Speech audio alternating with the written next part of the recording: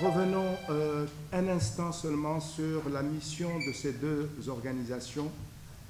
Le CCME, Conseil de la communauté marocaine à l'étranger, a pour mission d'assurer la fonction de vigilance sur les évolutions de l'émigration, des débats qu'elle suscite tant au Maroc que dans les pays de résidence.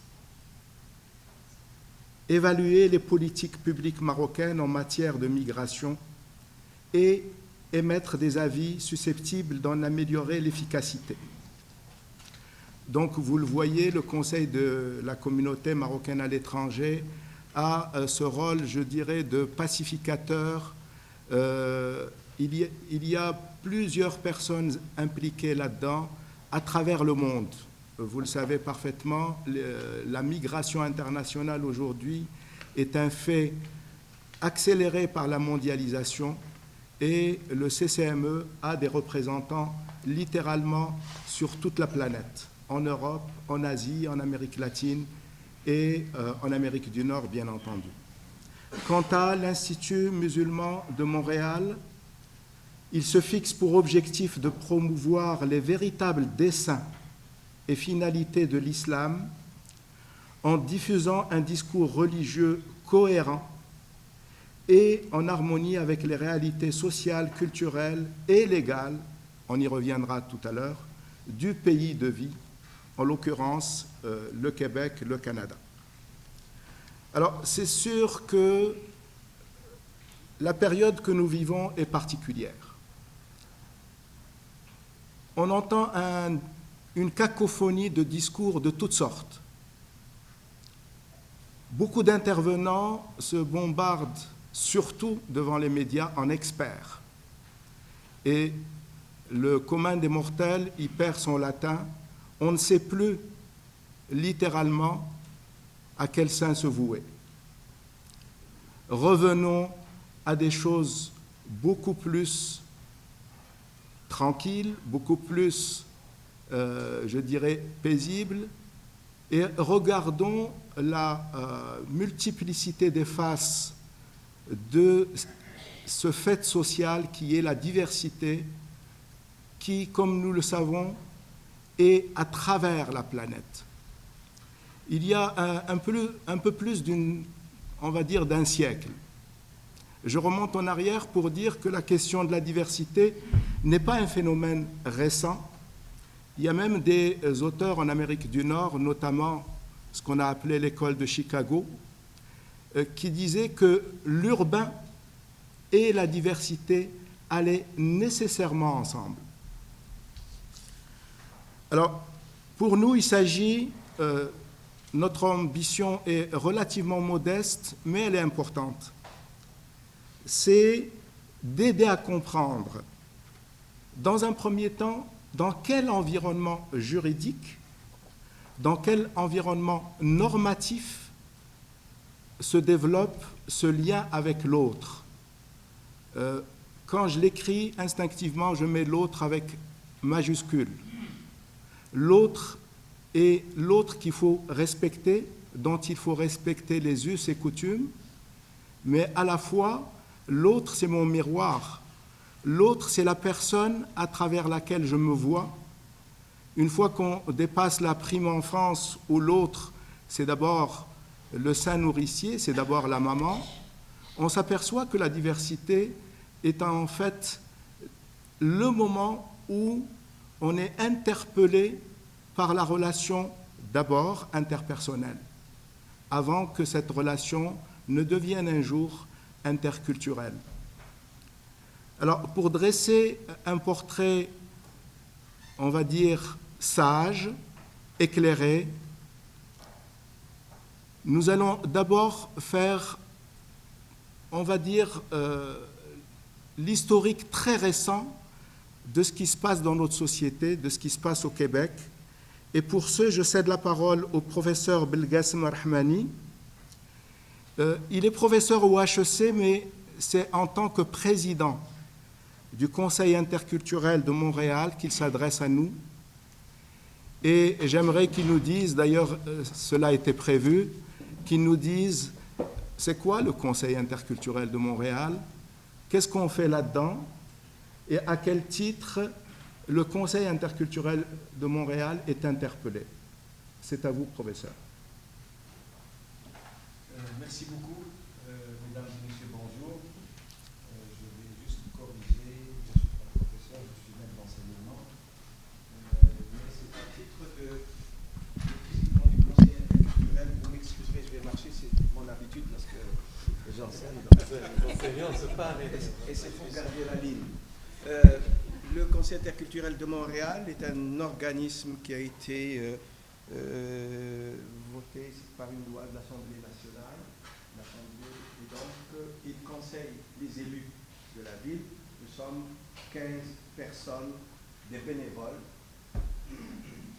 Voilà, 15 personnes de bénévoles qui essayent de voir et faire en sorte de sensibiliser la ville sur tous les sujets qui concernent l'intégration.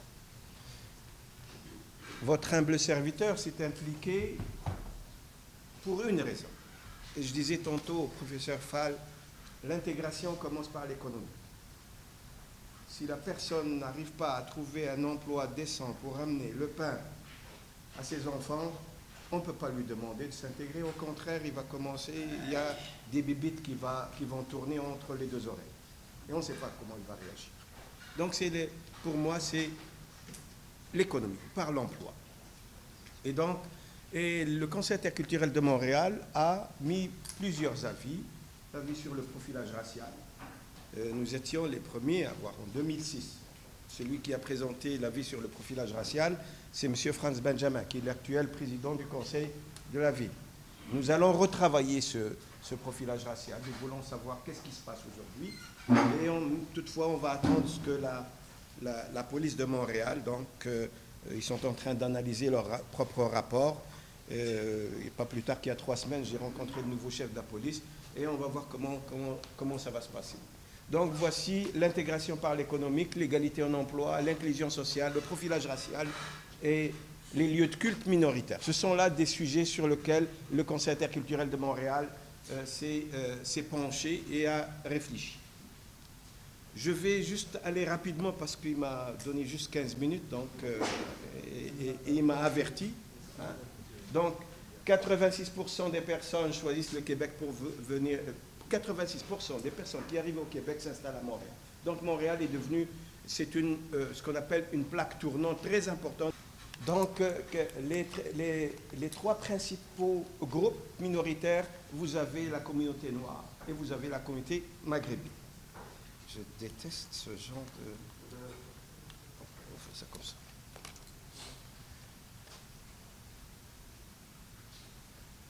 Nous avons une communauté, toutes les communautés, ceux qui viennent de l'étranger sont parmi les plus scolarisés.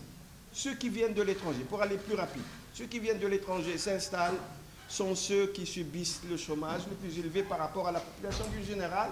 Et si je m'arrête aux communautés maghrébines, musulmanes et noires, ce sont celles qui affichent un taux de chômage, je dirais, j'allais dire affolant, mais indécent.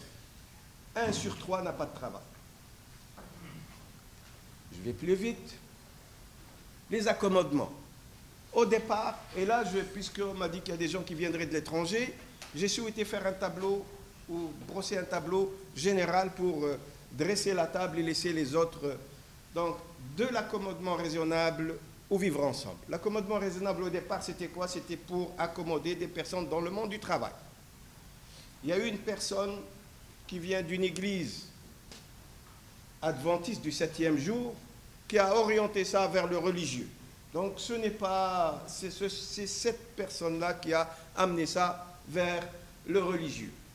Et il y a eu les médias qui ont interprété les choses, à tort ou à raison. Je ne vais pas commencer à tirer sur les médias, à tort ou à raison, ils ont interprété ça, et donc ils ont commencé à parler de valeurs québécoises et autre chose. Par la suite, il y a eu certains politiciens qui sont venus mettre leur sucre dans le thé. Hein? Et donc, parmi eux, M. Mario Dumont, qui était à ce moment-là patron de la DQ, qui voulait qu'on encadre tout ça, etc. Et les politiciens parlent à demi-mot. Alors il y a une commission qu'on a mis en place. 2006, plusieurs points de détail font scandale, et on a commencé à parler d'accommodement déraisonnable. Et là, vous avez ce qu'on appelle une sorte de chronologie, hein, l'automne 2006, janvier 2007, une petite ville inconnue, aujourd'hui connue à travers le monde. Hein. Hérouville n'a pas de personnes qui viendraient d'ailleurs qui habitent, mais ils ont décidé de faire ce qu'on appelle une sorte de charte, et puis ils ont demandé l'état d'urgence au Canada et au Québec, et pourquoi pas le monde entier. Février 2007, le gouvernement Charest met en place cette commission-là, la fameuse commission Bouchard-Taylor. Et là, vous avez certaines médiatisations des cas. On a commencé par le port du kippan, la demande des Juifs hassidiques d'Outremont pour le Shabbat, là, pour faire entourer les choses et pour qu'ils puissent se déplacer à l'intérieur la teinture des vitres, le port du hijab pour une jeune fille qui jouait au soccer, le port du turban pour un jeune qui joue au soccer, et j'en passe. Donc et les prières du maire Tremblay du Lac-Saint-Jean. Donc on a commencé à toucher à l'aspect religieux. Vient par la suite la naissance du projet de la charte de la laïcité. Le gouvernement du Québec d'alors, Parti québécois, a voulu ramener les choses autrement et parler de laïcité, et donc essayer de faire passer ce qu'on appelle apporter des changements. Donc le 7 avril, le porteur du dossier, donc auparavant il y a eu ce qu'on appelle des commissions, et je vais revenir à propos de cette commission. Il y a eu au moins 200 avis qui ont été déposés. Le 7 avril, le porteur du dossier, le PQ, perd les élections, puisqu'il y a eu ce qu'on appelle les élections. Et qu'est-ce qu'on voulait faire à propos de suite à ces discussions-là? On voulait quoi? On voulait modifier la Charte québécoise des droits et libertés de la personne. On voulait énoncer un devoir de réserve de neutralité pour le personnel de l'État. On voulait prohiber le port des signes religieux. On voulait rendre obligatoire le visage découvert pour les personnes qui travaillent au sein de l'État. Et on voulait établir une politique de mise en œuvre des organismes de l'État. Alors, une multitude de décideurs politiques ou de joueurs politiques ont pris position. Le NPD était contre, le PLQ était contre, le Parti libéral du Canada était contre, la CAQ était pour, mais avec quelques arrangements.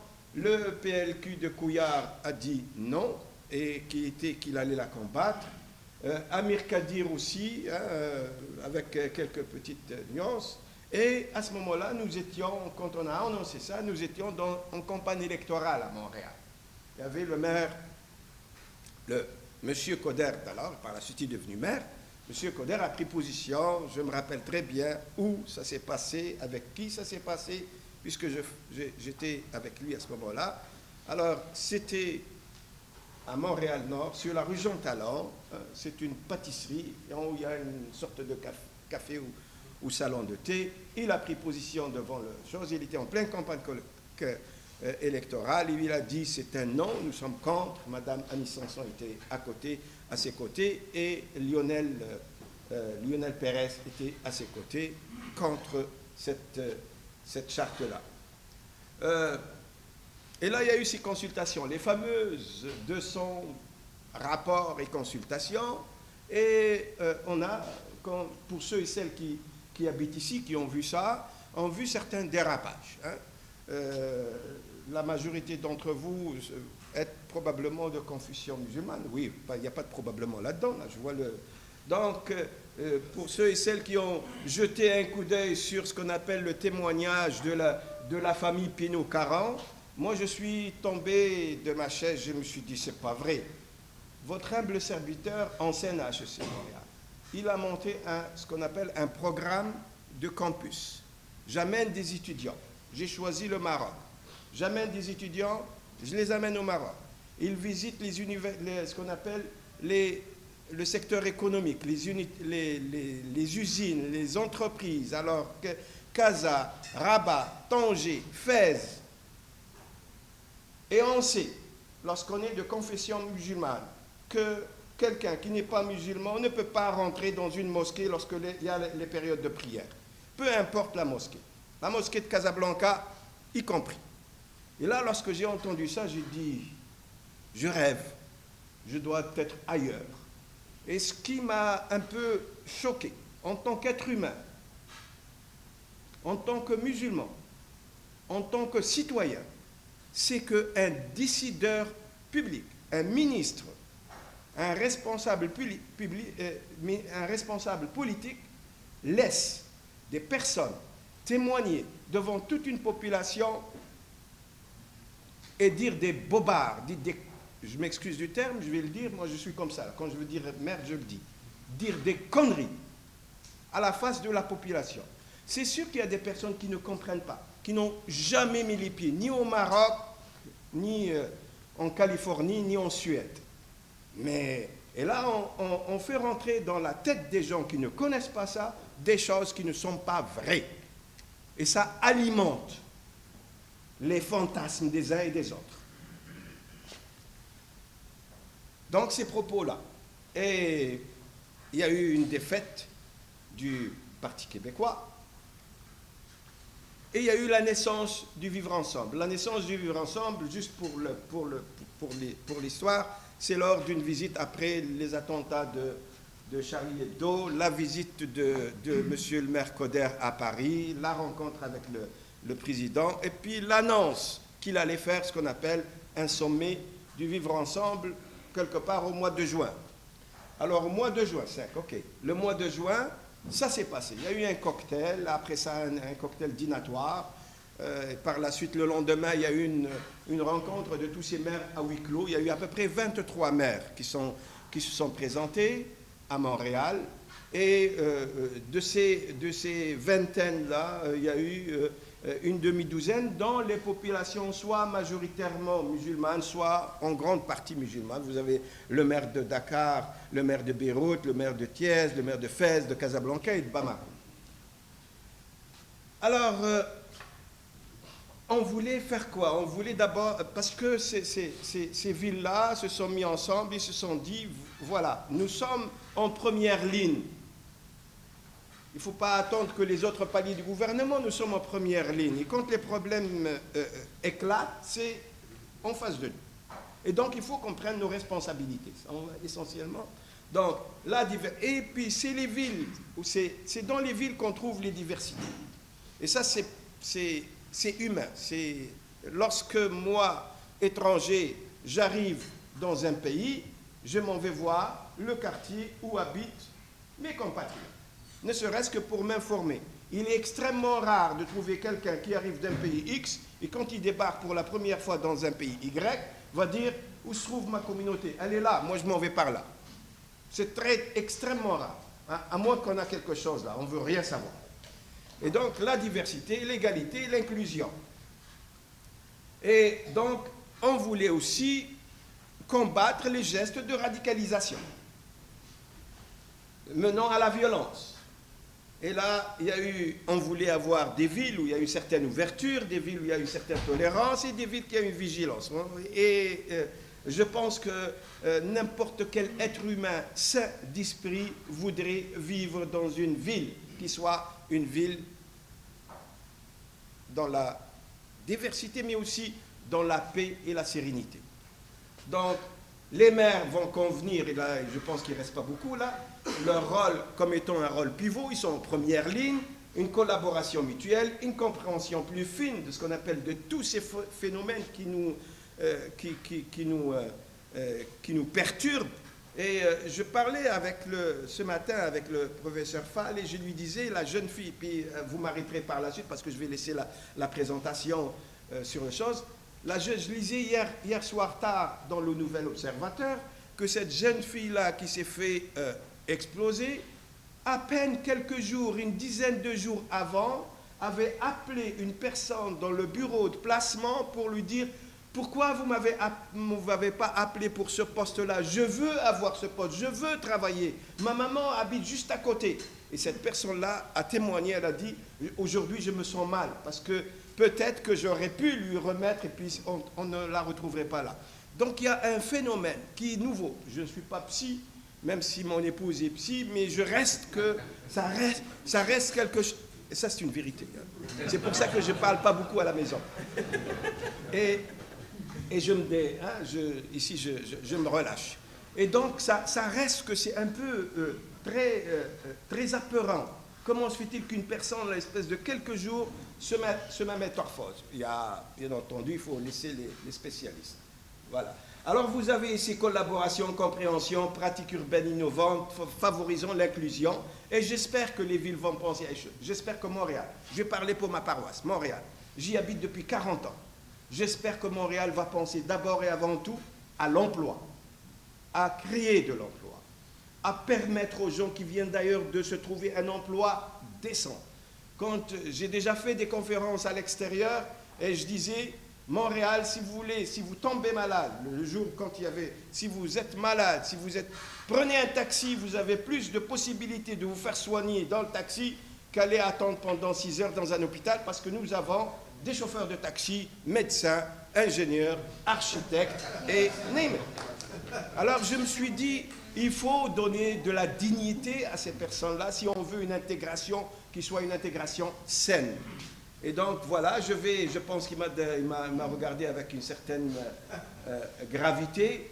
Et voilà. Et donc il va y avoir la création. Hein, ça va sortir bientôt une annonce, un observatoire international.